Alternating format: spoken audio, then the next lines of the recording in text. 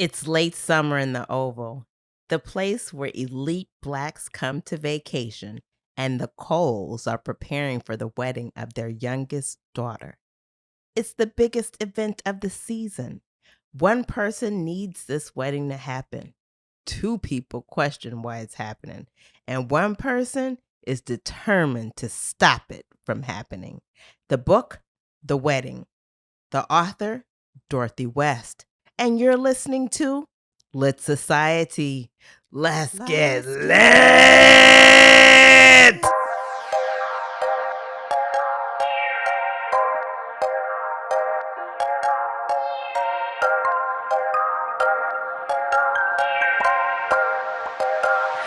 Hi, readers. This is Alexis. And this is Kari. And you're listening to Lit Society, a podcast about books and drama. So, Kari, tell me one thing you did fun this week and one thing you did for self-care. Okay, and before we go there, can I just say you look amazing. Listeners, if you don't know or if you've forgotten, this is the first Thursday of the month, and that means you can watch our faces on YouTube.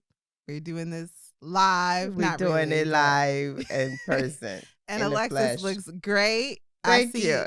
Sharkeisha is taking a slow death. It is so sad, but at least Alexis look good. Now, what did I do for fun? Wait a minute. I cannot let you mention Sharkeisha without it. Put a coat on her. She look cold. She is hanging on for a thread, but I believe that was based on the harsh words that you used a month ago. And since then, she's been dropping a leaf ever since. And I don't appreciate water it. her, though? She does get watered. She does get watered. Okay, well, whatever. And she is starting to come back slowly. But everybody ain't got a green thumb. Maybe you got a pink thumb. I could have one, but that's not the point. I think it was your words. Your words. So what? Anyway, I want to know how you did. Anyway, I availed myself of the love of Friends and watched something really encouraging this weekend with friends. Not you, because you are real iffy about associating with folks. And I am. On the deltas and the alphas and the kappas, but that's fine. And we went out. I went to a restaurant, walked around. You know, summer's almost over, so whatever. And then, well, what about you? What did you do for fun? I also took myself out to eat on Friday night, and I had a joyous time and returned home at a late hour. Like I was just in the streets. But look at you, fun. But I was by myself and I minded my business the whole time, masked up. Okay, well, we see it wasn't about any pandemic. You just didn't want to be around people. So that's you. That's fine. Did you ask me about self-care? I know that's usually your thing. I did. I want to know about self-care. So for self-care, I stayed far, far away from Lollapalooza.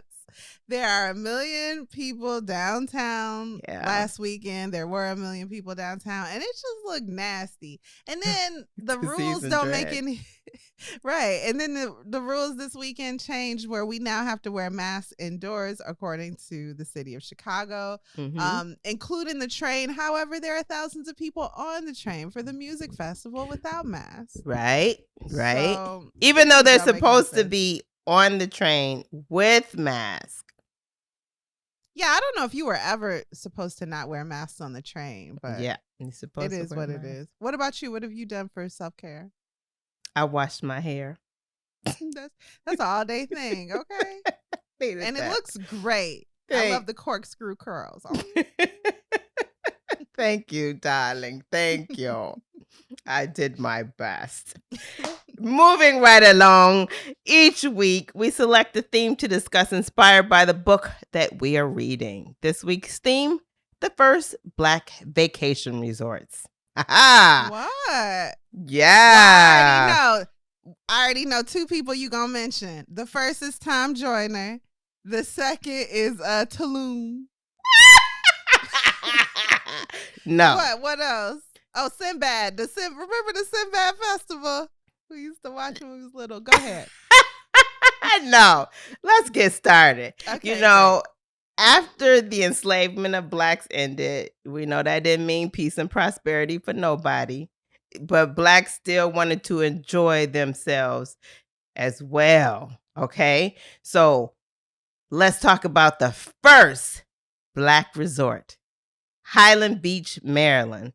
Beginning in late 19th century, beaches for blacks were established along the eastern coast of the United States, and as blacks were not welcomed at the leisure spots frequented by white citizens, we had to create our own. So the first of those beaches was started by the son of Frederick Douglass, Charles, and his wife Laura. The couple were denied entrance into a restaurant at the Bay Ridge Resort on Chesapeake Bay because of their blackness. Charles's response was to enter the real estate business and begin purchasing beachfront property directly south of Bay Ridge. They would go on to acquire about 40 acres for about $5,000, and he started developing the property as a summer resort community by selling lots to family and friends. Early purchases were made by prominent black folks of the time that were senators, judges, governors, and others. Charles also started construction on a large family house, which he named Twin Oaks, and this became like the spot.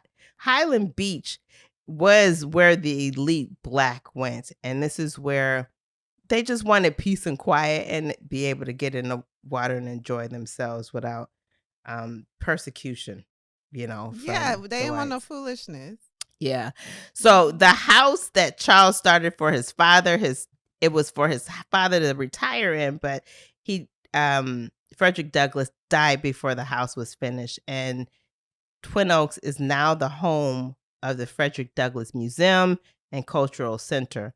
Highland Beach became the hangout of the elite black, as I mentioned, and when Charles died in 1920, his son took over and had the land incorporated, and Highland Beach was the first black incorporated municipality in Maryland's history.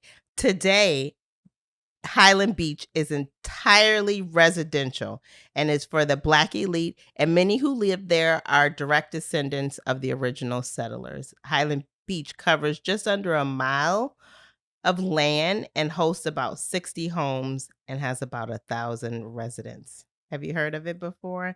I feel like we said once that Colson Whitehead used to vacation there with his family. I could be wrong, but it was something like that.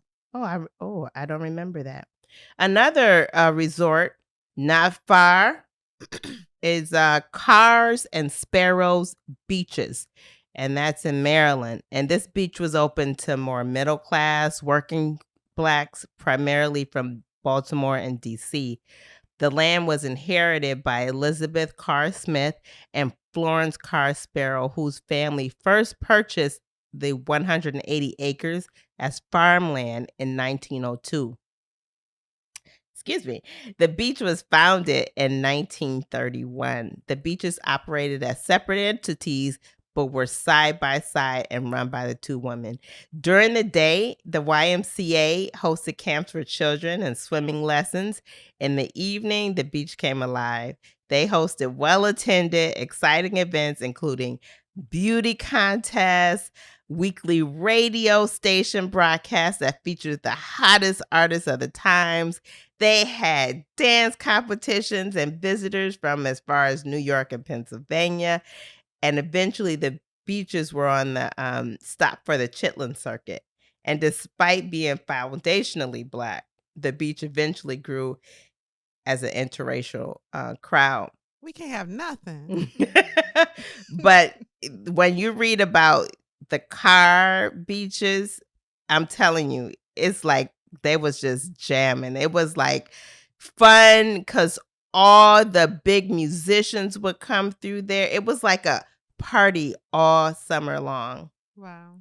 When the Civil Rights Act of 1964 made segregation illegal, people wanted to go to the other beaches where they were kept out from before, and this led to a decline in visitors, and the carved beach is no more. It's now a luxury condo resort in that space. Another one is Atlantic Beach in South Carolina. Is nicknamed the Black Pearl, and it was founded in 1930 again as a safe place for Black community members to swim, fish, and dance. It became a municipality in 1966. The foundation of Atlantic Beach and the surrounding sea islands was by Gullah Geechee people. Are you familiar with who they are? Absolutely. Yes. Yeah. So the Gullah people took over the land of their former masters and made it their own after the Emancipation Proclamation. Today, the Gullah Geechees still live in pockets throughout the Carolinas, Georgia, and Florida, where they practice their unique culture and speak their own language and live life connected to their indigenous roots.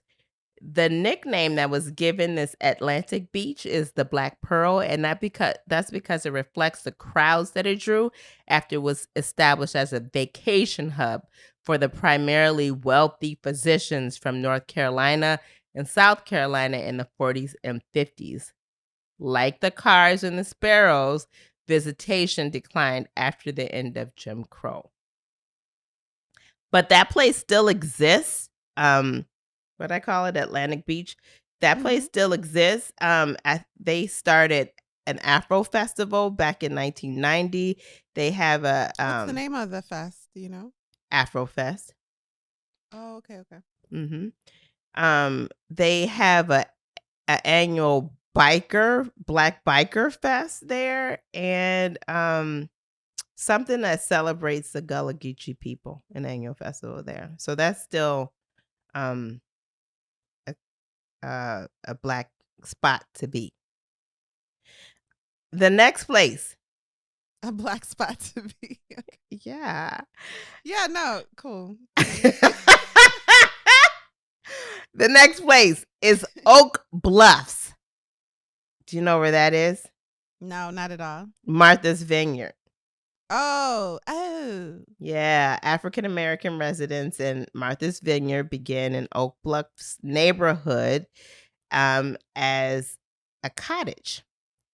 Charles Shearer, formerly enslaved, was rescued by Union soldiers during the Civil War, and he was found chained up in a barn by his master who had abandoned him there. Charles went on to attend Hampton University, a historically Black university, in Virginia, and saw a business opportunity when he realized that Black residents in Martha's Vineyard weren't allowed to rent homes there during segregation. So he purchased and opened a small inn called Shearer Cottage in 1912, which he opened to any African Americans wanting to visit the area who couldn't find lodging elsewhere. Its first guests were Black Brahim. You heard of that before? No. Black Brahim, I hope I'm saying it right. It's like Ibrahim without the A. So Black Brahim, elite Black families with deep roots in Boston. That's who they are. And other guests such as artists, judges, lawyers, principals of school, you name it. Some loved it so much they decided to settle there. One such person is our author, Dorothy West. And finally, there is Sag Harbor, New York. Just after World War II, say it slowly, get it right, homes were sold to working class African American families for just a few $100s in Sag Harbor, New York. Today, its beachfront property is quiet, affluent neighborhood, has soared to tens of millions of dollars, and hosts some of the nation's wealthiest African American residents. It's near beaches called the Nineveh and Azurist, and they were the first African American developments in the Hamptons, and they're now carry a reputation of glitz and glamour on New York's Long Island. Is it still predominantly yeah, black and brown people who yeah. They vacation there or they live there now, you said? I think they live there. Many of the homeowners in Sag Harbor are still African American, or but gentrification is coming through. And so they're selling these houses. They're restoring them. I saw a house they're now selling for $55 million. And I know the people, of course, aren't responding well to this change, but that's what's happening. So that's it. These are Black vacation spots before Black people, before the end of segregation. And they was popping, especially the cars. Cars was popping. So I was gonna ask, which one do you wish cars, you would have been able to cars. Yeah, obviously. I would have been all up in there. It sounds like a classy cookout, and I always want my cookouts to be a little classier than they are. Cookouts are great, it's your family, kids running around, water balloon fights, but I would love to get dressed up and have a cookout. And I know some really classy families do that. I just don't have those families in my life. I have the barbecue cooking, laughing, slapping knee type of families, which is great. They're wonderful, and they're wonderful. But I would like to go to one bougie cookout. Well, which one would you go? Because definitely Highland Beach is bougie. You could have went there. No, I would have been with you at the cars thing. I think that sounds great. I'm telling you, I'm looking at these pictures of the car resort, and I was like, I want to be right in there with them, dancing and everyone partying. Wants to show off their cars. They probably have amazing cars, and you know how we do with cars. Stop it! Oh, it sounds like fun. It was fun. Anyway, so that is places Black folks could visit back in the day and have them a good old time. And of course, this was limited to the elite, elite and middle class people that could afford to go out and, splurge on their family and then vacation. So let's take a quick break before we jump into the author and context. All right, sounds good.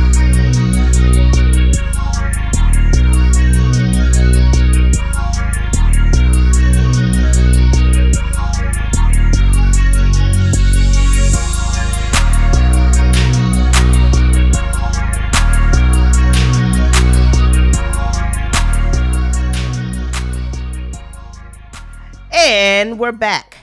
Kari, can you give us some context and background on our author, Dorothy West? I can. And I love how fired up you were about the theme, going back in time, reliving that. I love it. About Dorothy West. She was born June 2nd, 1907 in Boston, Massachusetts, part of the Harlem Renaissance she was. So for those that don't know, the Harlem Renaissance was one of America's greatest periods of intellectual and cultural activity.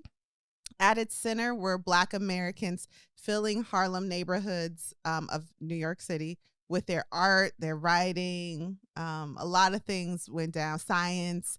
Famous names in this era include Langston Hughes, Zora Neale Hurston. Even Josephine Baker, by way of Paris, is considered part of this movement. And of course, our writer, who we're featuring today, Dorothy West. Did you know a lot about Dorothy before we read this book? Not at all.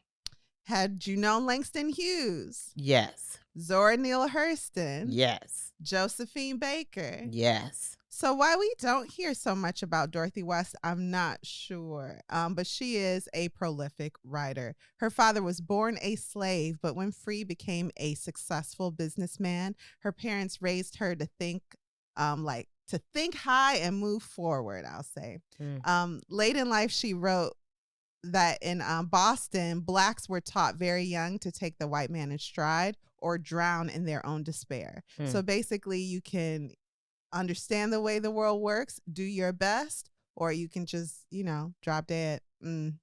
She detailed how her mother guided her and her many cousins, all with varied skin tones, into this inhospitable world. And she's quoted in the Washington Post as saying, and I'll quote her now, "We were always stared at. Whenever we went outside the neighborhood that knew us, we were inspected like specimens under glass. My mother prepared us.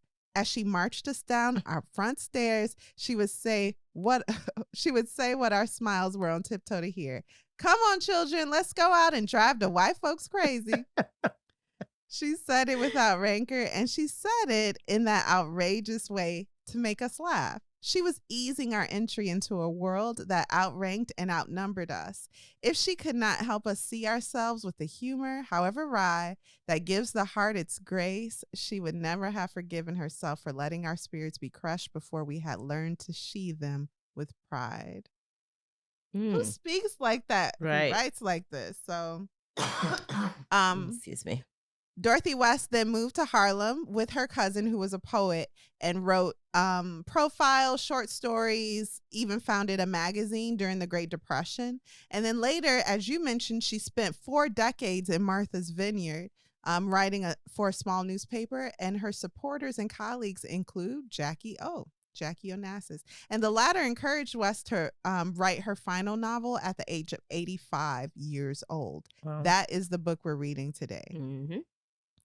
At her death, she was one of the last surviving members of the Harlem Renaissance. And when asked what she wanted her legacy to be, she responded, that I hung in there, that I didn't say I can't.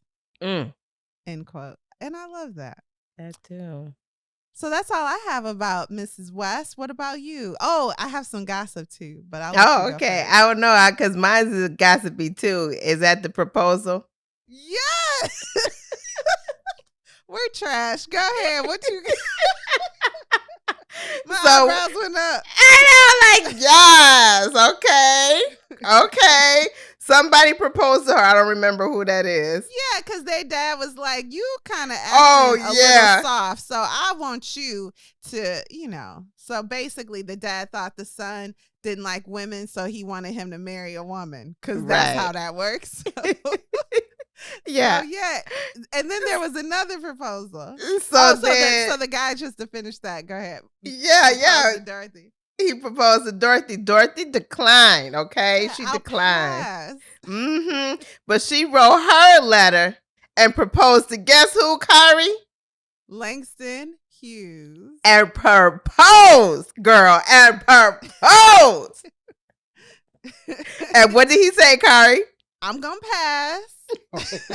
So bad. You great. You just not great for me. The tea. Yeah. The tea. Yeah, that was interesting. She lived a rich life. I mean, but to be able to say, like, I proposed once to Langston Hughes. Yeah. And then I would just say on a dare to make it like. To add that. Yeah. My friend said go on and do that. I wasn't even serious. Yeah, he no, I was serious. Just, okay. He crazy. Yeah. Imagine that. That happened though. I love it. Thank you for sharing that information about Dorothy West. Appreciate it. Why don't you give us a brief synopsis without spoilers before our deep dive? Sure, I'll do my best. So, there's death in the air.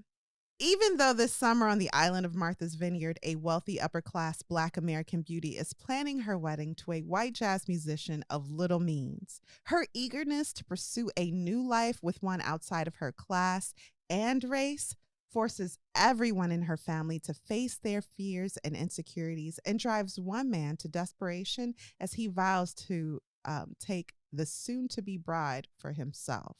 Within 24 hours, within just one day, secrets are unloaded, hearts are broken. Will the former sins bring new woes to the families, both elevated and captivated by their past? By the end of summer, will they stand before an altar or a casket instead of a wedding? Oh, aww. So anyway, Alexis, what were your first thoughts of the wedding? I didn't really have no thoughts. I was like, a wedding. Okay, this should be fun to read. Yeah, I didn't really have nothing. And then you, Kari, who do you think would enjoy reading this book? I think if you love learning about American history in a fictional world context, also if you love expert world building, this is a master class in world building, which is a skill that I usually associate with fantasy writing. Okay. So for this to be, what is this? Is this a romance or an anti-romance? I would not say it's a romance. For this to be a fictional anti-romance, she done created a new genre. I love the expert world building that's going on here. So if you're into that, into character-driven stories, you will love this book. Okay. Wow.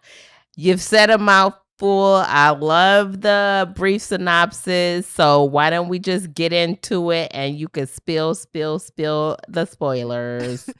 Okay, so I'm gonna set up the book, and then I thought we could just talk about the characters because they're what's driving this story. Yes, please set it up. Let's hear it.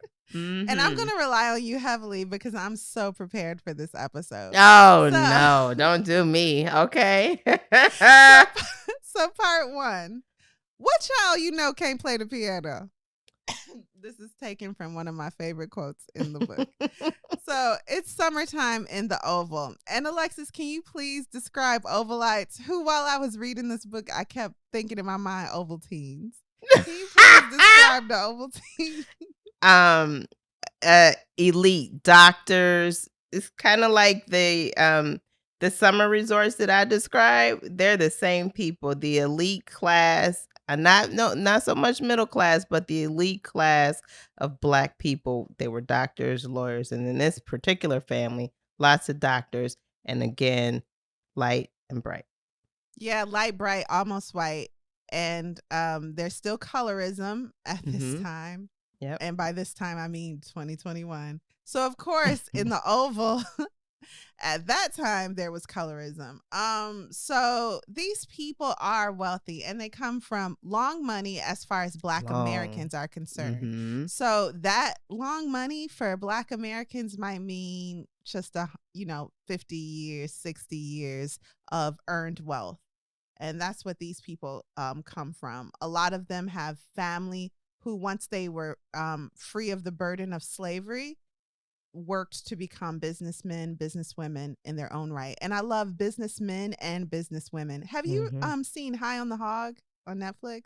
I watched the beginning, the first episode of that. I didn't get to the next ones. Yeah. I still have to watch it. But it came to my mind because one of the main matriarchs in the story, she started a business free from just like she was made free, and then she started a cooking business and was very successful. Mm-hmm. And I just love that those stories, the fictional stories in this book, are borrowed from real people.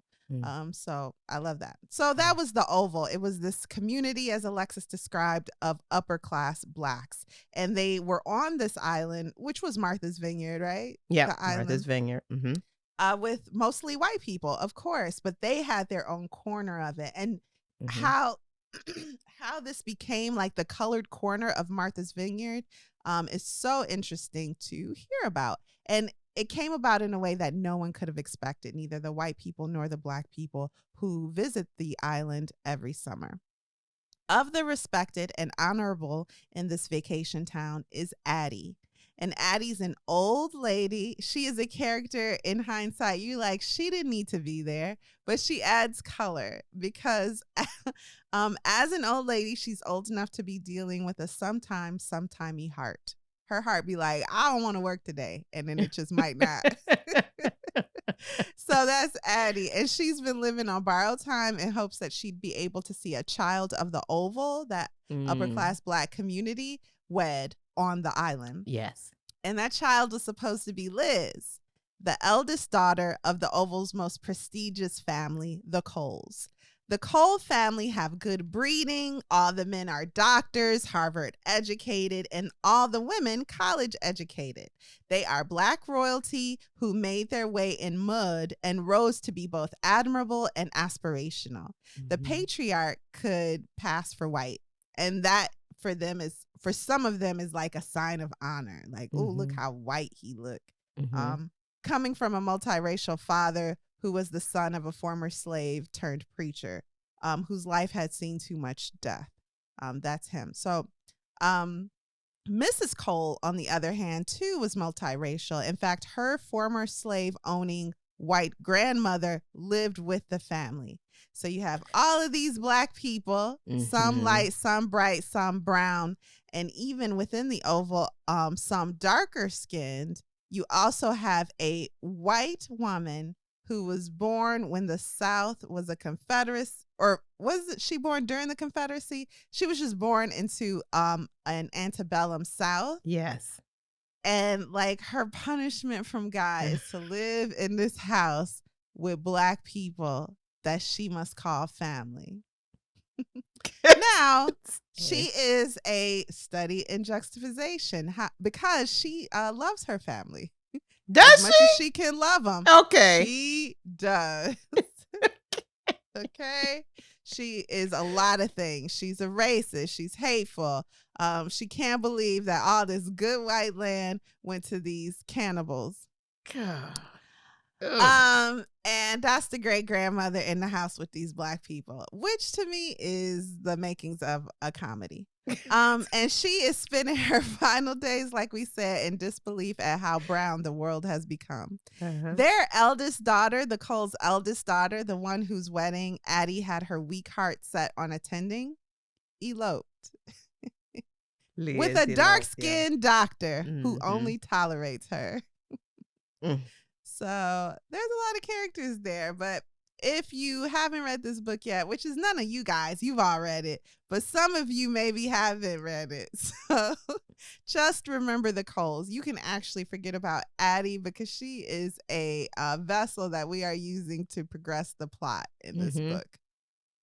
So all of Addie's dreams of attending a wedding in the Oval were put into Shelby, the Coles' youngest and last daughter. So the Coles, that couple that's on the top of the social ladder or whatever, in the Oval, they got two girls. One, Liz. She ran away and married a dark-skinned man, a doctor who can't really stand her, kind of really. And then the second is the youngest girl named Shelby, and she's marrying a white man that plays jazz. Okay. So people like, oh, these girls. Oh my goodness. So that is why the family grinned and bared it, though, when Shelby brought home not just a white man who the racist great grandmother actually saw as a glimmer of hope. Like, oh, there's a line in here I want to read because the grandmama is like, oh, okay. I got so many tabs in this book, y'all. Also, I'm going to just read some things directly from the book. I want to read this to you. And now Graham, the great grandmother, and I'm quoting, was 98, wanting a hand to cling to herself, wanting Shelby's hand because it was being joined in marriage with a true white one. And that union, in the time of generations, would return to its origination, the colored blood drained out degree by degree until none was left, either known or remembered. Wow. So if you're not understanding, the great grandmother is so happy that Shelby's marrying a white man because eventually their blood will be clean of the brown. That's what she think. So they're going to ignore that he's of low class, a jazz musician. And the mother says, in what is one of my favorite lines from the book, what child do you know who can't play the piano? It's a thing, right?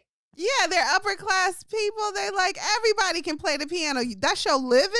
What you do for work? Sadly, when the summer came for Shelby's wedding, Addie could not make it. That's all she wanted. And when the time came, she was too sick. She was too sick and drowning in medical bills, in fact, to even uphold the Oval's covenant. So these people that lived in the Oval with these sprawling vacation homes, these beautiful estates, could rent out their property. Maybe that summer they didn't want to go to the Oval. Maybe they were vacationing in Europe.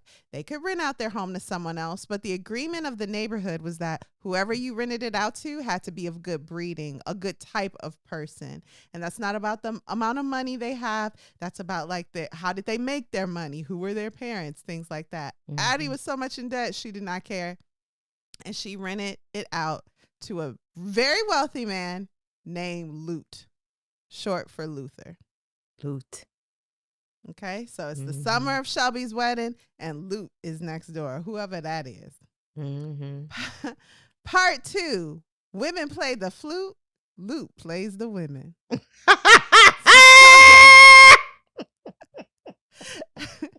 I would like to discuss Lute.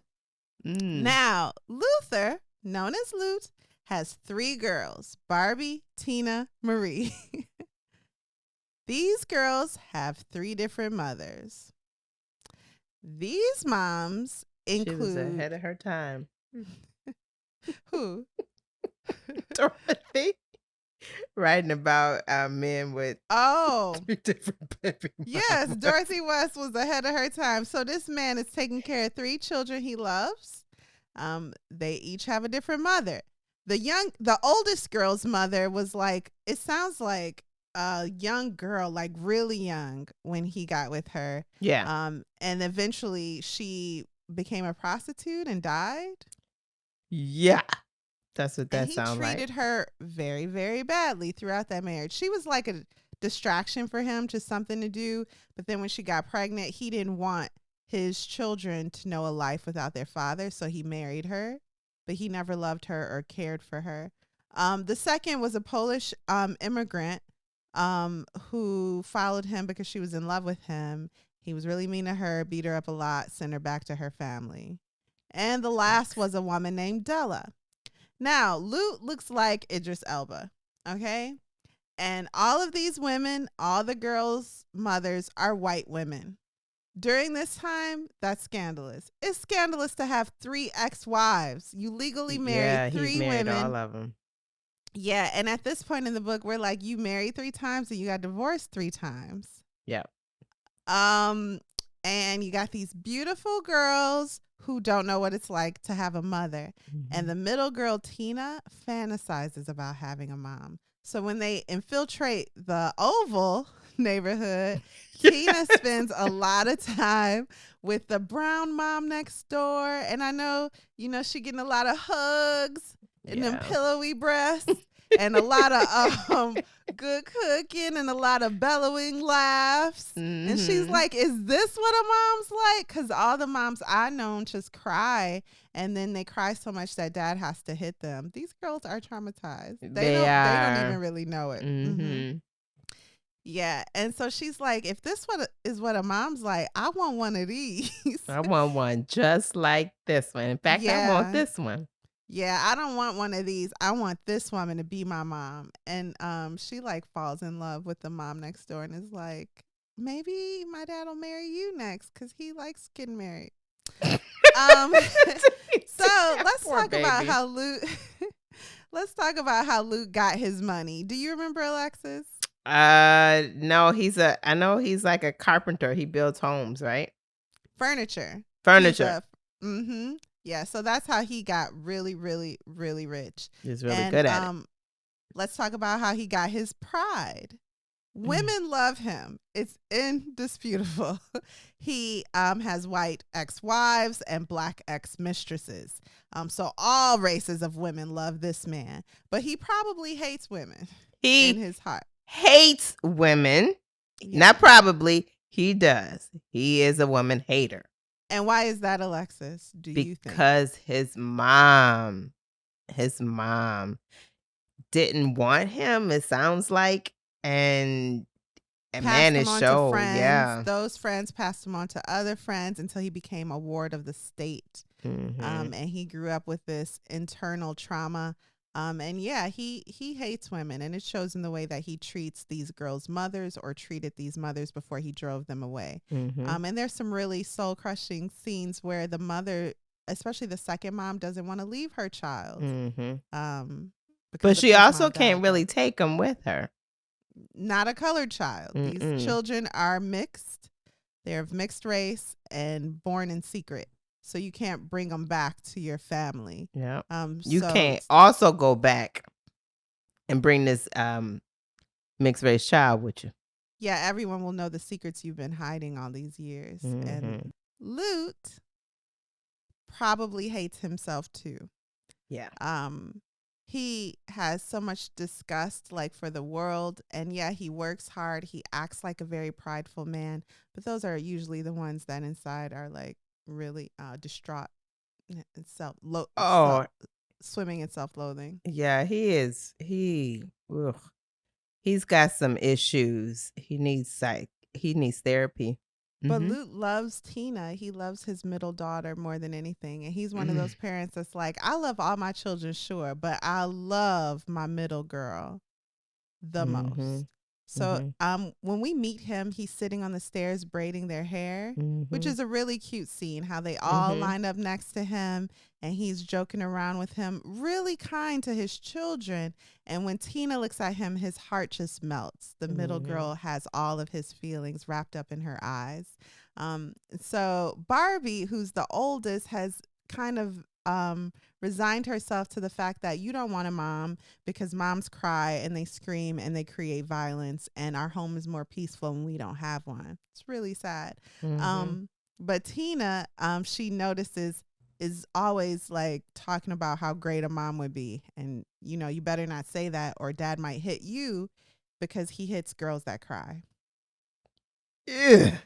Yeah, so Lute is determined when we meet him to get Shelby into his home and bed as his wife. Why? To spite her and her community. That man is sick. He's sick. Yeah, he's a psychopath. So he's a social climber, and he's sick of being second class to his white wives, especially the most recent wife who is well-bred and like flaunts her superiority. He wants an upper class black wife who I think he can bring down below his level, and he can do that openly and proudly. He doesn't have to use the back door at the friends' houses and things like that anymore. So how did he meet Shelby? He came in town, visited a jazz club, and just as a friendly deal, the jazz club was allowing Shelby's fiance to perform the piano with his band. He is the only white performer in an all-black jazz band. And I think this type of situation is like threatening to Lute. Like he feels... Well, he says openly, what in the world would a white man have that I don't? So I'm obviously going to take his soon-to-be wife. I'm taking his fiance. I'm going to have all her money. And it's not about the money. It's about the class, right? Yeah, I'm going to marry up in class. And she will be the mom that my little girls need. And it's going to be great. He just decides this. That's so weird. Part 3. Color is a false distinction. Love is not. So I thought we could go through the family tree and explain the following. Number 1, how each person is related to Shelby. Number 2, what their biggest fears are in life. Number 3, what their greatest joys are in life. 4, how they found their mate. And lastly, what secrets they are hiding. So let's start with Shelby's dad. Shelby's dad's name is Clark. Okay. Clark, if you go way back in Clark. So it's so nice because there's a family tree in this book, and I needed it. I started making my own. Like a picture? Do you have the physical book? No. I have a Kindle. And it's not in the Kindle? I didn't see it. Yeah, you need it. You need it in this book. So let's see. That's his dad, grandfather, great-grandfather. Okay. So the dad, Clark. His great-grandfather was a white slave owner named Old Sir who fell in quote-unquote love with his slave, a very dark-skinned woman, right. To the point that when the woman died, the white man just went to her grave, laid down, and he died too in a matter of 3 days. He slipped into a coma and died. He left to their child, not everything, but a home and some land. Yeah. That butternut woman, as the book describes her, married a preacher. And the preacher was born into slavery, freed, and like a bunch of his siblings died of disease. his parents, I don't think he was alone in the world. Yeah. And he had a love for the Bible, so he decided to become a preacher. He also had a love for literacy, and he decided that any children he had would go to school, get an education, and heal in a different way. So he saw himself as a healer, as he could touch people's hearts and heal them, but he wanted his son to be a physical healer, a doctor. And that son was Isaac. Isaac married a school teacher. And just describing their relationship briefly. Actually, what do you think about their relationship? What do you have to say about Isaac and the school teacher? Isaac married the school teacher. I'm trying to figure out where this is. I actually read this book. I finished it last week.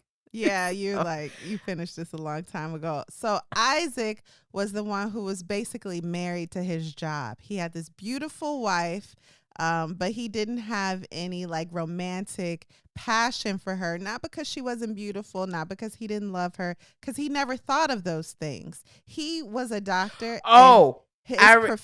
Yeah. His friends told him you need a wife, and he was like, I guess that makes sense. I guess I'll get one. That's him, right? Yes. And he was like, well, this is great because my food is ready when I get home. I don't have to work all day and then find a way to eat. And then the house is clean. This is fantastic. Yes. And he wasn't even a doctor for the money because he would spend all his time in the poor Black areas. Yes. Helping sick people who couldn't even really pay him. But they kept money. And his wife was part of these charity groups. Yeah. She started having these parties just to be a socialite. And she was like, how can I make the people that come to these parties pay for them? She was a businesswoman. She was a businesswoman. And what she did was she didn't have an intimate relationship with her husband. So she was like, I need to do something. And that's the parties. And then she's bought property. She bought property and she was she wasn't going to sit around and be sad that her husband didn't want her in that way. She wanted to do something meaningful with her time. So she started these charity events because then people would pay to come and she could pay for all the cost of the party and then donate the rest to the people who lived in her slums. She was a slumlord. She was a slumlord. Why she got to do that? But that's what she did. She never even thought about not being a slumlord. It just was a good investment. This property didn't need to be renovated because they wouldn't complain as long as they had toilets inside the house. She figured they were impressed.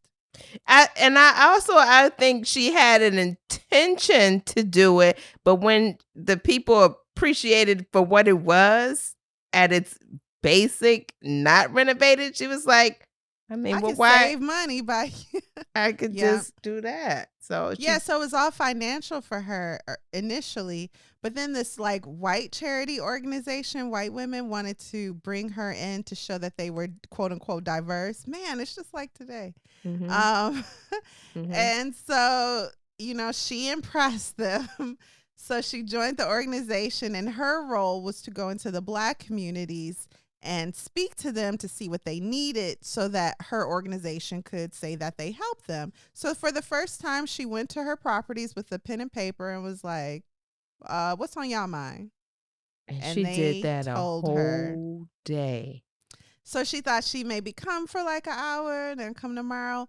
Once the people who lived in those properties found out that someone was there to talk to them, to just listen, it was like a line up to her chair.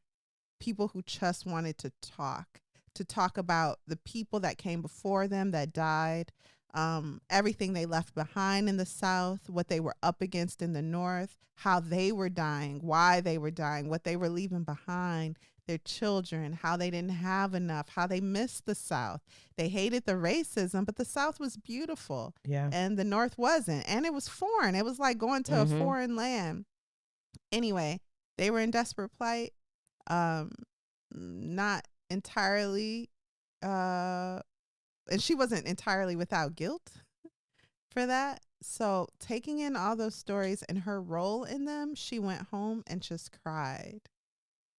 Yeah. This for me is one of the most interesting interchanges in the book. Her husband hears her crying, Mm-hmm. and he approaches her bedroom door because they got separate bedrooms. Yeah. Like he would approach a sick woman. It was the first time he could take the love he had for the people he helped and apply it to his wife. They spend a night of passion together, and he immediately dies. She woke up like, am I dead? I feel like it's death somewhere. She woke up like funny, that. Y'all. That's not funny, but she woke up like, ooh, it's just cold, like death. But no, it ain't cold. The birds outside. Oh, my husband dead. I get it. But this is that part was insane. I was like, well, who did? Girl, her husband was dead. Her husband woke up dead, and one of her first thoughts is, will his son be mad that he wasn't around? Because he was always helping the poor. And she goes to sleep after spending this wonderful night with her husband, thinking about the people, how she's going to help them. She's going to change. She's got a lot she's going to do. And she do it. Mm-hmm. So her son is named Clark. And Clark is light bright and nearly white. Clark falls in love with a very brown, dark-skinned woman who is named Sabina. And he has a line that he repeats twice. What is it? There's no beauty like a dark-skinned woman when she's really beautiful. Oh, yeah, he does say that. Mm-hmm. Yeah, he says that a couple times about Sabina. She is soft and malleable and intelligent and meek, and she is unmatched as far as a woman is concerned. Mm-hmm. But there's a woman named Corinne whose father is the president of a university or something. Mm-hmm. And she's unmatched for a wife. So he falls in love with Sabina and he marries Corinne. Seems like the right thing to do. Also, a racist grandma approves. Oh, I'm just going to call her racist grandma. That's a good name for her. Mm-hmm. Yeah, so racist grandma gets Clark in a room alone and is like, y'all been to a couple parties. Are you going to marry my daughter? And he's like, how can I tell this woman her daughter is boring? So he goes, I don't think she'd have me. Right. Racist grandma is like, nonsense. Y'all getting married, right? Yes. And he's like, yes. And then they're both saying yes. And he's like, okay, I mean, fine. I'm like 28. I mean, okay. Well. Sure. Why not? Sure. So he breaks Sabina's heart, doesn't give her an explanation, and marries Corinne. Listen. He too is a doctor like his father. And he hires a woman who reminds him of Sabina. He says he didn't even know she reminded him of Sabina. And they carry on an affair for 20 years? Alexis, is it 20 years. Years. Yeah, at least 20 years. So that's Shelby's dad. Now let's talk about Shelby's mom. Right off the bat, she knows about the affair. She doesn't care. She has her own affairs. Let's get the money. That's Corinne. Okay? Corinne really is really attracted to dark-skinned men, but she won't marry him because she's got this light, bright, and nearly white husband. And she's a colorist because she was raised by racist grandma. Yes. And adopted a lot of racist grandma's views. Including the self-hating ones. So she, in secret, spends all her time with dark-skinned boys. But Corinne knew from past experience that Rachel's first wave of sympathy and concern would quickly abate, and that her next thought would be fueled by her resentment that in her ripe and willing womb, no seed had ever been allowed to germinate, in keeping with Clark's code that no one of his blood would ever have a child they had to hide. She, who would have given Clark the ultimate manifestation of love, was forced to wash her children away, while Corinne, whose womb had been made safe for self-indulgence with the men who were dark enough to excite her, could never replace a lost child for a living one, or bear the son for Clark that lived its useless hour in Rachel's loins. It was true that in the nighttime of love, Corinne desired and was possessed by the very darkness that repelled her in the day. Her repulsion was grounded in a suspicion that given her forebears, only chance had given her the proper, fair color. Chance had smiled again and given her 2 daughters in her likeness, but Hannibal's half of her makeup still had to be heard from, and the chance of that pattern continuing unbroken was too slight for her to risk a 3rd try at bearing Clark a son. Her fear that she might reject her child as Josephine had rejected her was too deeply rooted in her psyche for her to drag it up to the surface and ignore the consequences. Okay. And actually, Clark knew that about her. Did he? Yes, he knew that. He knew that about her. That's why he didn't think she was interested in. She knew she wasn't interested in him. Before they were married, when they would go to these parties, she would only dance with the dark-skinned men. And he was like, okay, she like dark-skinned men. I don't even like her like that. But he was like, but she like perfect as a wife when you take out her. So I'll marry her. And she still like dark-skinned men. He's still in love with Sabina, trying to replace her with the secretary named Rachel. So let's move on to Corinne. Corinne's ancestors. Colonel Lance Shelby fought for like the Confederacy, staunch racist slave owner. Graham is like, Graham, by the way, is the daughter of Colonel Lance Shelby. And see, Shelby gets her name from her great-great-grandfather, the slave owner. It's a mess. Graham is like, these slaves loved us. They loved us. They didn't even want freedom. Freedom was thrust upon them. And now look at them. Living with me. She could not stop reminiscing about the past. She about that. Yes. She would have loved Gone with the Wind. Loved it. Read it 50 times. Owned the movie. She would have loved Lady A. Anyway, the point is, racist grandma really, really, really loved owning slaves, and she really loved antebellum South. It was loved it. Their own what do you call it? Like regal class. And she was part of it, and it was fantastic. And the slaves, you know, bless them. They so ignorant. They don't know nothing about freedom. And they got to be free. That's so sad. And the irony is, no, now black people are free, and you, grandma, all your family left are black. Because. Oh, tell this story. Tell it, sis. So Graham had this daughter, right? Graham's husband died, and the daughter's name was Josephine. She was like nothing to write home about. She was nice or whatever, but she was like getting sick a lot because they couldn't eat. Because this is true. A lot of these plantation owners, once slavery ended, had no idea what to do with themselves, and they just dipped into poverty to the point where women would fade in the street from hunger. That was like normal. So yeah, Graham and her daughter Josephine are going hungry, but they have their class to cling to, so they still see themselves as better than the poor whites. So and they starving. They're starving to death, okay, but they have class. They have the class. And they look down on white people all day. All day, all they think about is how they're so much better than the white people around them who came from the north and work. And they starving. And they're starving to death. But then time, like, just keep on passing. And once you think you better than everybody, there ain't nobody for you to marry. So Josephine is like, oh no, I'm 37. I'm unmarried. I'm unmarried and without child. Well, this there was a slave that was free. She didn't feel like freedom was thrust upon her, but her first thought was, I wonder if Massa will let me go to school now that I'm free. You know how sad that thought is as a child? She had only known slavery, and now she heard she was free. Oh my goodness, I really hope Massa lets me go to school.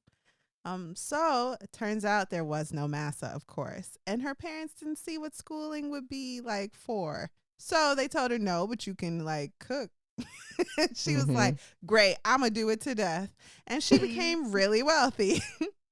She had a son, named him Hannibal. And Hannibal seems like a very sweet man, very intelligent, loved his mama.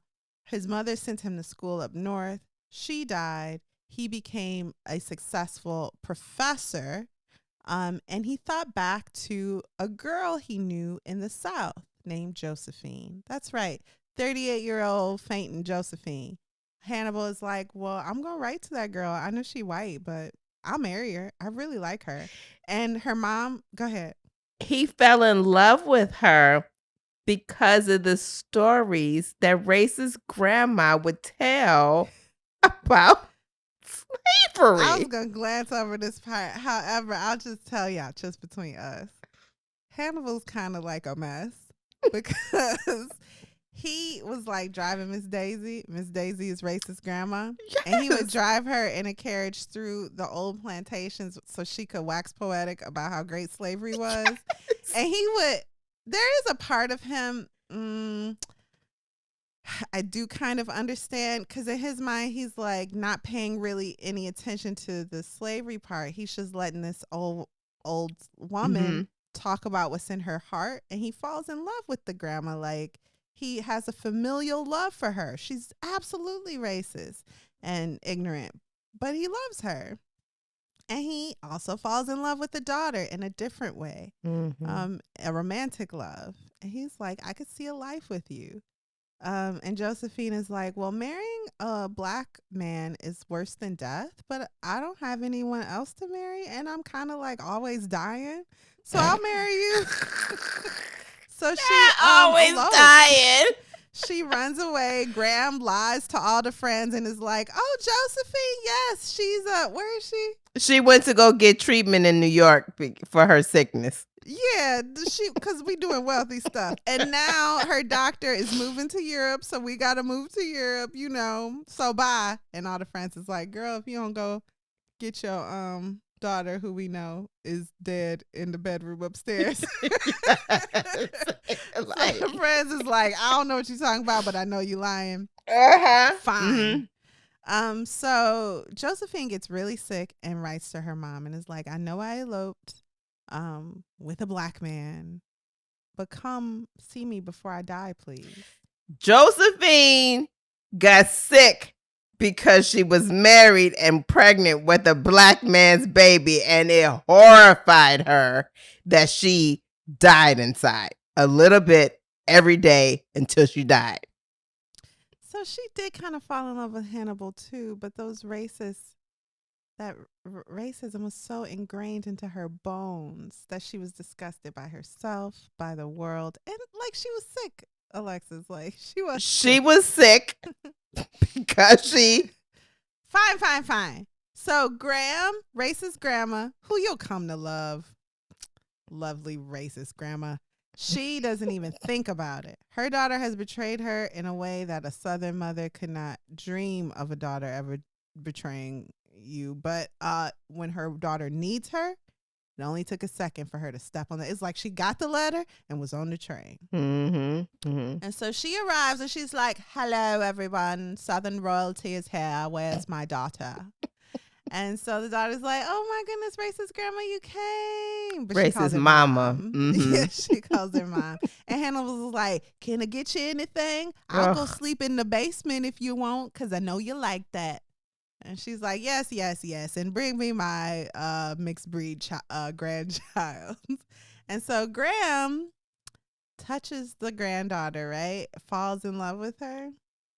Or she never really, I don't know, has a moment with her. She just loves her. Right? I don't know. She has to grow to love her for sure. Because yes, she did. Because she did come out white-like. So that was that helped. Yeah, that helped. But it was still gradual. She knew it was with a black man. So, yeah. So, Josephine died. Josephine is dead now. So, good thing that racist grandma likes this baby or tolerates her. I don't know what's going on there. So, yeah. So then Hannibal, racist grandma, and Corinne form a family. Yes. They a and whole it's family. like everyone's enjoying it, including racist grandma who loves talking about how she hates it. She enjoys it. And she enjoys talking about how much she hates it. It's weird.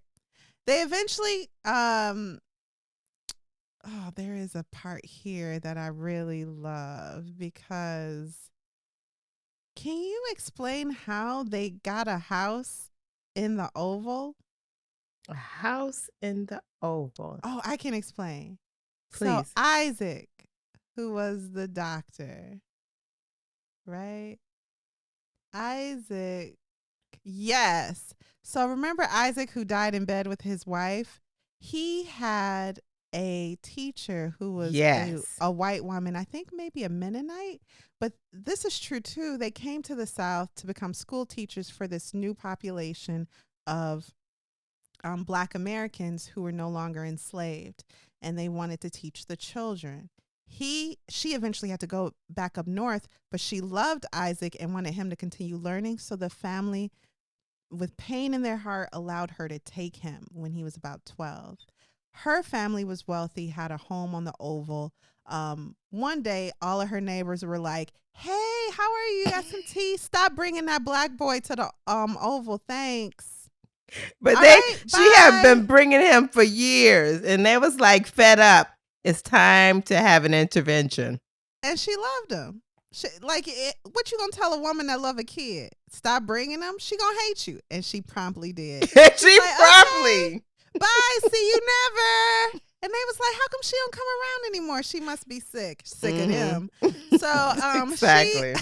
she on her deathbed was like, I'm gonna really stick it to him and give this house. Did she give it? No, she didn't. I feel like somebody else got the house, and they got it, but they had the house. They had the house. So no doubt there was a covenant that at this time, because there weren't the black people weren't there yet. So the white people weren't supposed to sell to the black people, but that school teacher did sell to a black person. It wasn't to her grown-up student who grew up now. It was to Hannibal and racist grandma. Yes. Two families that didn't even know each other. Have this connection through the school teacher. So the school teacher was like, you don't want me to bring the little black boy I love anymore? Okay, fine. I'm going to sell this house to a black family. So Hannibal buys the home for vacations. So Hannibal dead.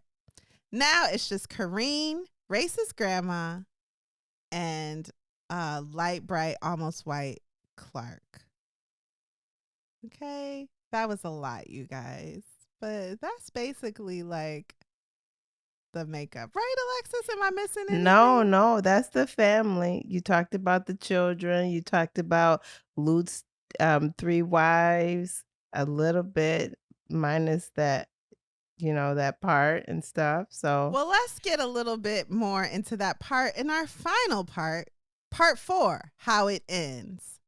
So I'm going to spoil the book now for you guys. If that interests you, that world building interested you, please stop listening to our show. I don't even know why y'all listen to the show. We ruin books. If you read the book or you really don't have interest or time to do it, fine. Proceed at your own risk. I'm going to ruin the book. So the father, Clark is so happy his youngest daughter is getting married because he's only staying with Kareen until the kids are out of the house and free from having to depend on their parents. And then he's going to marry his secretary, Rachel, who reminds him of Sabina. It's been 20 years. Also, Liz was on vacation with her dark-skinned husband that can barely stand her, the doctor. Excuse me, not vacation, her honeymoon.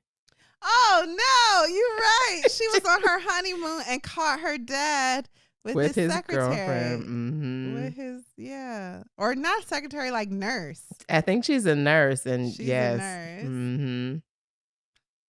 The father is like, I cannot wait for Shelby to get married so I can promptly divorce Corinne. In fact, before I even leave the island, I'm going to tell her my plans for a divorce and I'm going to go marry Sabina. I mean, Rachel. So, The father receives a letter from Rachel, and it's like, hey, I'm getting married to a friend because I've wasted 20 years of my life on you, and I can't take this anymore, and this is garbage, and I hate myself. And, I'm not as passionate about him as I am about you, but I don't care about nothing about passion, because look what passion done got me. 20 years of limbo and misery. Bye. By the time you receive this letter, I will be married. Truly a dear John. Mm-hmm. Truly a dear John. And he reads it over and over again, hoping that the words will form some other meaning. I don't want to know if you might change your mind about marrying me. I've chosen to change my mind instead. Tomorrow, when you receive this letter, I will be the wife of Jim Logan. Just the two of us before a justice of the peace. I'm sure Jim's name is not on the guest list of your friends or on yours, nor is mine. Shelby's wedding will be totally unaffected.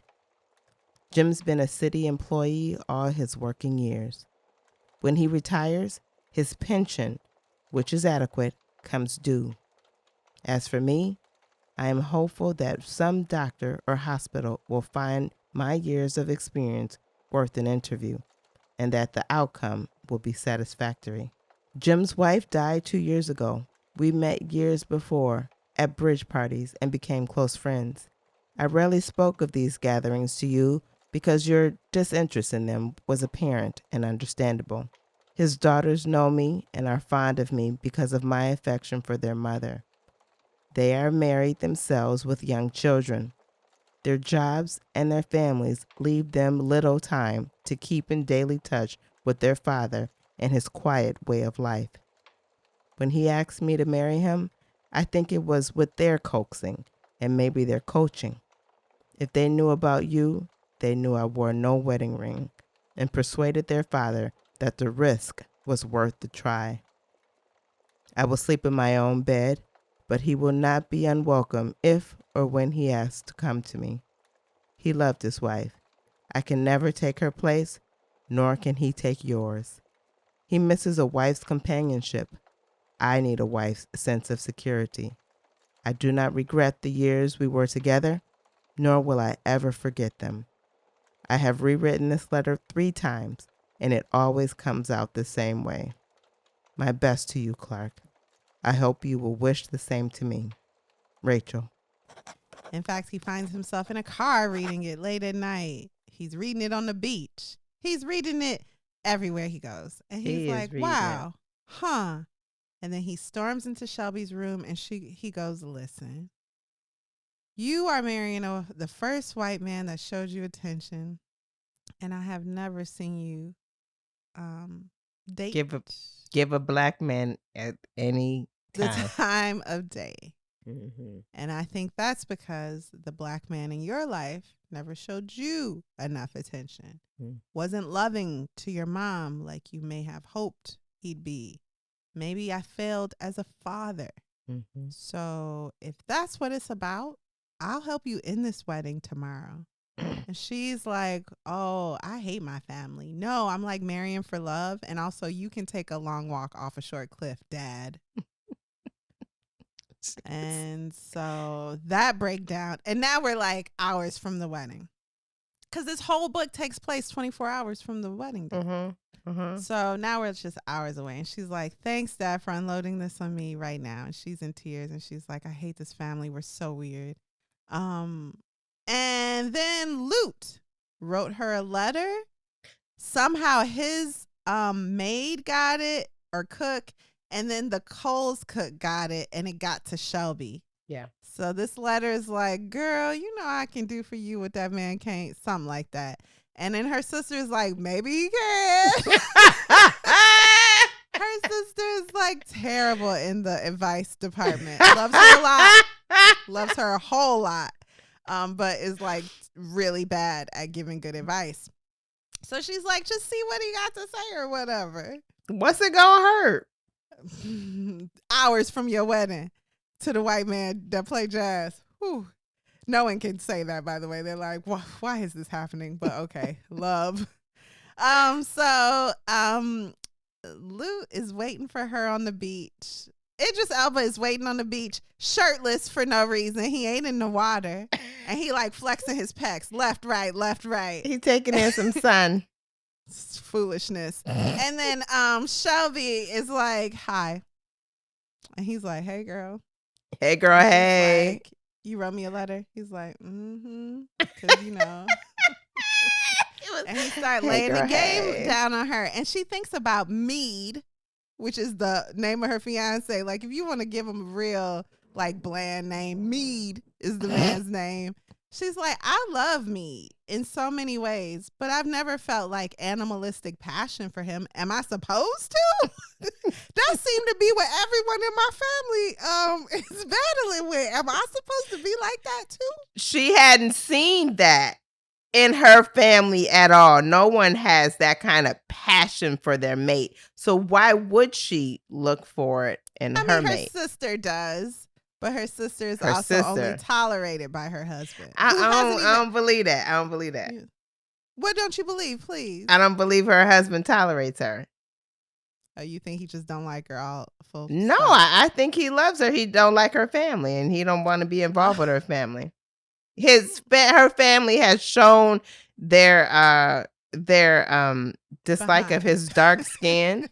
Right? Yeah. So she colorist. Yeah. You got racist grandma in the attic. It's enough. And I don't want to be around them. So you think he does love Liz? Yes, I think he loves Liz. I think they have a passionate relationship. He just don't want to be around her family. It's not worth it to go through that for her. It's not. He don't like it. That's my thoughts on that. Okay, I like that. I like thinking like that, actually. Okay, so let's say then no, her parents don't have passion. No. So she's like, what even is passion? And then Luke kisses her. And she's like, oh, what do we do? Oh my goodness. And Luke's like, I'll see you here tomorrow before your wedding. Bye-bye. And she's like, no, yes, okay, see you tomorrow. Well, plans change in my favorite scene. I don't know how Dorothy West got me to root for this woman, but I am rooting for Della. Go. Oh, my goodness. Della is the third wife that Luke has convinced everyone, including kind of the reader, that he divorced or is in the process of divorcing. They was fully married when he went to that island. He called her a few days on the island and was like, I want a divorce. I'm never going to see you again. Send me the papers. And she said, who do you think you are? Now, remember, she's well-bred, right? Also, she's racist because so she calls him some N-words. But I'm not rooting for her. But she does at least say, you're not gonna just divorce me. It's not gonna be that easy. I'm coming to see you on the island. And he's like, well, I'll tell your family about our secret wedding. And she's like, I'm not gonna lose. I'm gonna come to the island and you can tell whoever you want, whatever you want. And she shows up and he's like, oh, now I gotta kill you. The anger, the hatred this man has for women. I mean, the hatred he has for women. I could see him sitting in the chair, seething. And how duplicitous he is, because he is seething, but then Tina comes and sits on the stairs and he has a perfectly civil conversation with her. And he tells her, Shelby will be your mother. And Tina's like, what?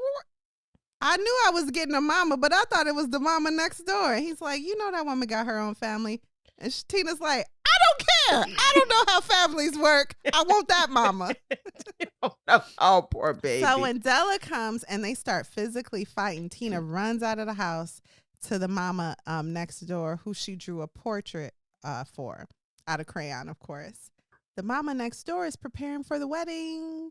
So she's busy. And she's busy. And she's like, baby, just go to your sisters or to the kids or something. I've definitely told kids this when they had their whole heart in their hand. I ain't got time for that. Oh, poor baby. And so Tina's like crushed. And she just throws like the portrait and like runs away and throws a rock at a dog because she's so sad mad and distraught.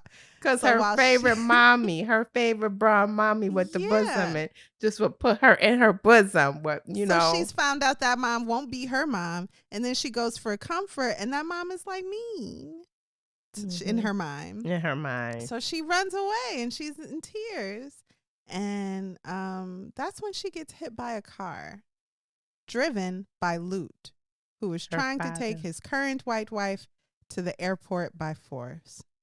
And Tina dies in the street. Like, that's the end?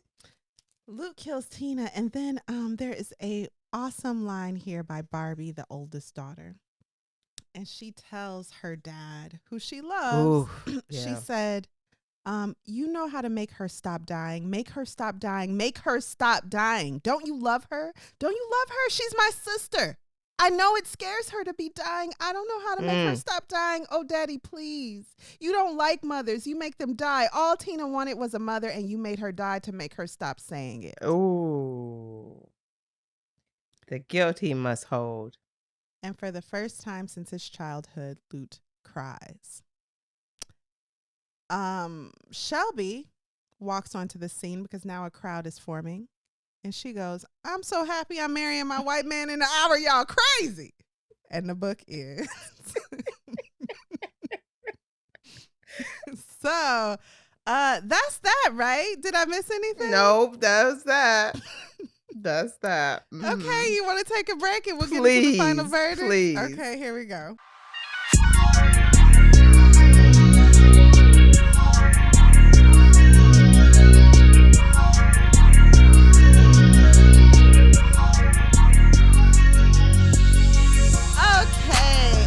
Back. Alexis, what did you think of The Wedding, and would you recommend this book?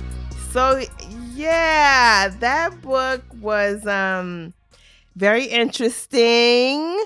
Lots of characters, and they are like filled out with nuances, and these characters are just filled with things going on. They are not at a loss for anything.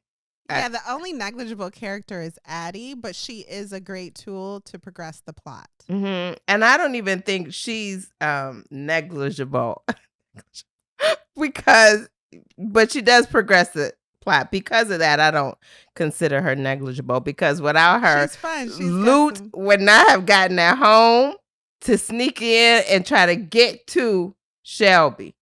And, the whole community knew his dirt, and they was like, don't be letting him in here. Yeah, he got 3 daughters with 3 different wives, and we don't like that. We don't. He's not like us. He's not like us at all. So please let him go.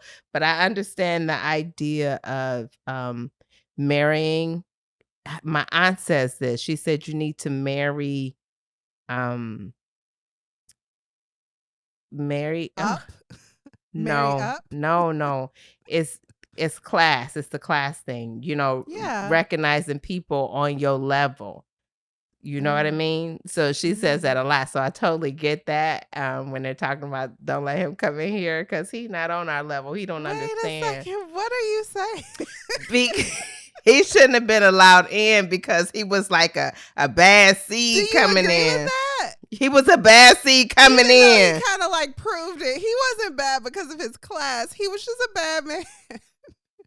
And there were bad men within their class who they allowed to be poisons within their community. That was different. They had their own community in which they had made that up. And that was right for them. You're classist. And that was right for them. Okay? You don't want to hang out with nobody. You don't think nobody worthy of your time and attention. Go ahead.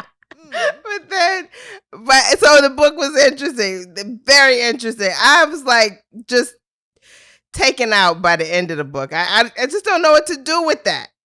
That left me like, I don't know what to do with that. Is there more book? Is there a story to continue? That's the story. Go ahead. I just was left with that. And I was like, is this it? I mean, I literally stood up in my apartment and was like, is this it? Where's the rest of it? Tell me more. So what did you want? What did you want to see? Tell me what you would have wanted. I want to know what happened. I guess I know what happened. I guess I know with Della, with the wedding went on, but Della, the baby, what happened with Luke in his life? Okay, it was all very distressing. Okay, he's gonna drink himself to death. Okay. The poor babies. Everybody is so messed up in this book. It's just they all messed up. They just messed up. And on that note, I would recommend. Okay. I would recommend it to others. Mm-hmm. Mm-hmm. So why would you recommend it? Because so there are pieces in here. I feel like it's like that's too much explaining to me. Could we get to the point? But to go back and hear the stories about, like you said, building these communities. What did you call it? World building. World building. Yeah. Like you could have a whole universe set on just these characters. Each character could get his own book. Yeah. His or her own book. Yeah. The way she backs into these stories, like to hear before you know it, you all the way back to Isaac and his parents and the parents before. I mean, like it's history in this book. Yeah. These people have histories and tales and how people's thinking are their thinking processes informed. Are created because of how they've been brought up. And I love the way she wrote. I enjoyed the way she wrote, even though there's pieces where I feel like she carried them out too long. For the most part, I like to hear her detail these lives. So that so that's why you would recommend it. Okay, mm-hmm. And you enjoyed it.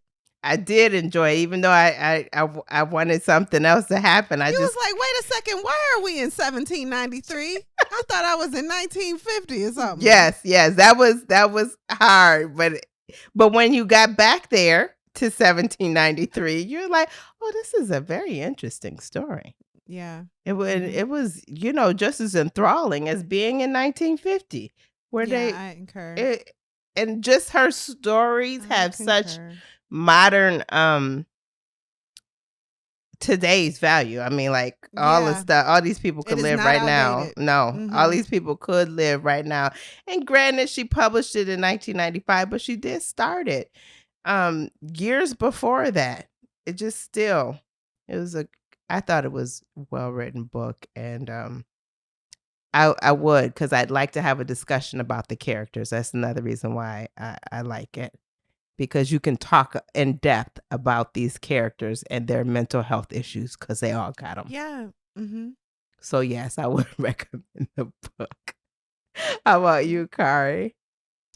I think that this book This reminds me a lot of Toni Morrison's writing without the darkness. So Toni Morrison likes to confront the uncomfortable in society, and that includes race relations, that includes relationships between women and, between family members. But Toni's books always leave me solemn and lost in I don't know, they're just a little darker. And what I liked about this is I didn't have to mentally prepare myself every time I opened this book. I wasn't feeling like, okay, let's go. I was able to just get lost in their world and their history, and even the bad parts, they won't darken my days. Whereas I've thought of Toni's books like days. It's hard to shake a Toni Morrison book. Mm-hmm.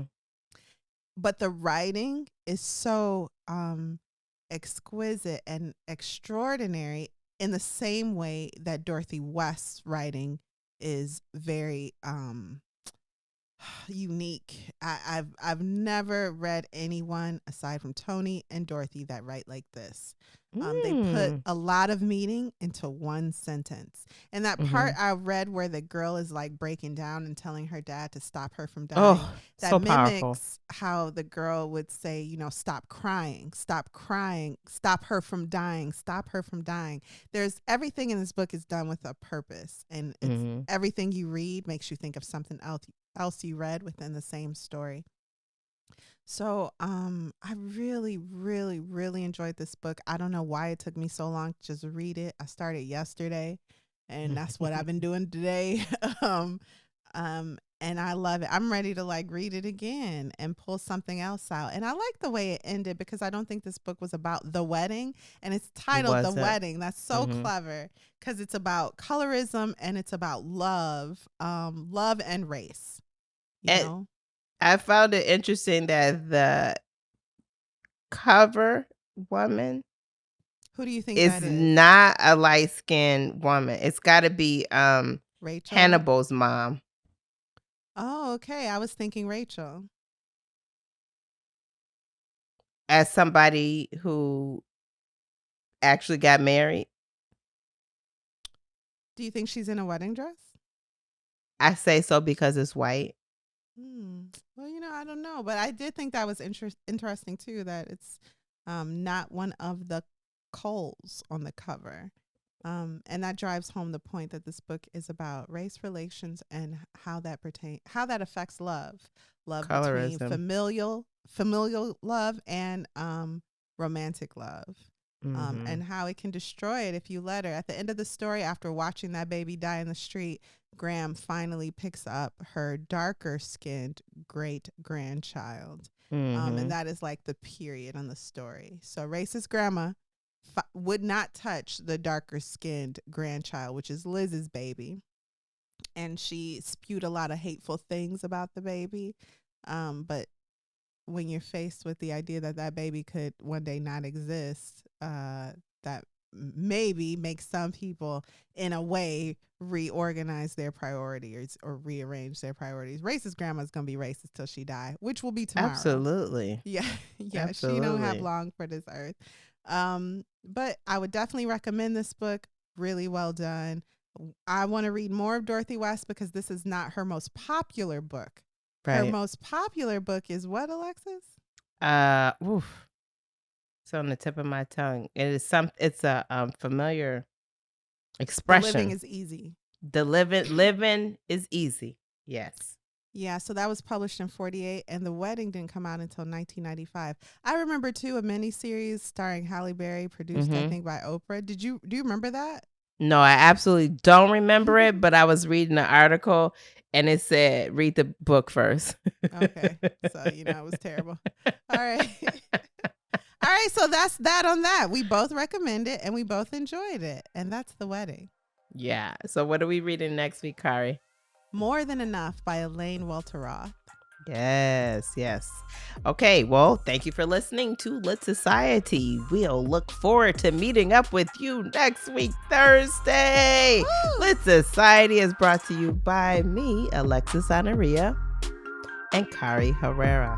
Support the cause by leaving a 5-star review for our show on Apple Podcasts, along with a comment about why you absolutely love us. We love you too. If you've enjoyed what you just heard, tell a friend about Lit Society. Visit LitSocietyPod.com for show notes, this month's book list, and to sign up for our amazing email newsletter.